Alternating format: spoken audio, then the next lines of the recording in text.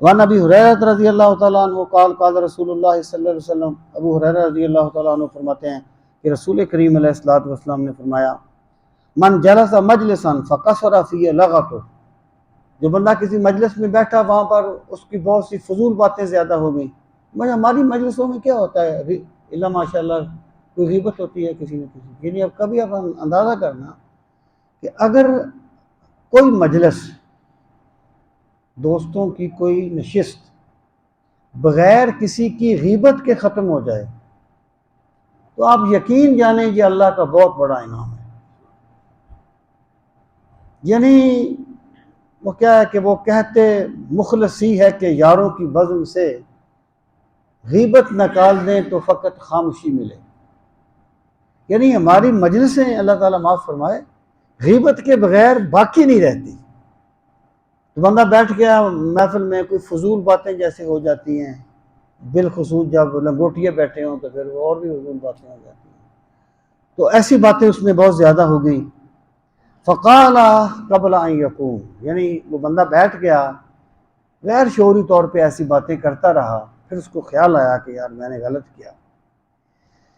تو اس نے اٹھنے سے پہلے یعنی دیکھیں میں بارہا آپ سے کہتا رہتا ہوں، ایک ہوتا ہے گناہ کرنا، یہ بندہ مومن کی شان نہیں ہے. ایک ہوتا ہے غلطی کا ہو جانا، یہ ہو جاتا ہے.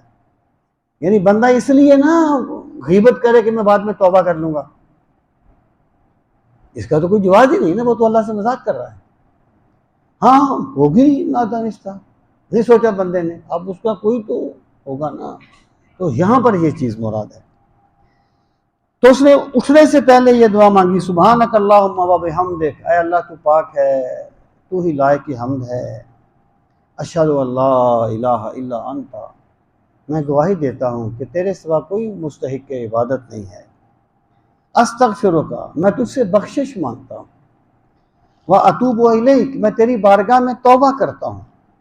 جب بندہ یہ الفاظ پڑھ لے، سبحان اللہ، سبحانک اللہم و بحمدک اشہد ان لا الہ الا انت استغفرک واتوب الیک، یہ الفاظ پڑھ لیں، الا غفر لہ ما کان فی مجلسہ ذالک، اس سے جو غلطیاں، جو کوتاہیاں اس مجلس میں ہو گئی تھیں، ان الفاظ کے صدقے میں اللہ انہیں معاف فرما دے گا.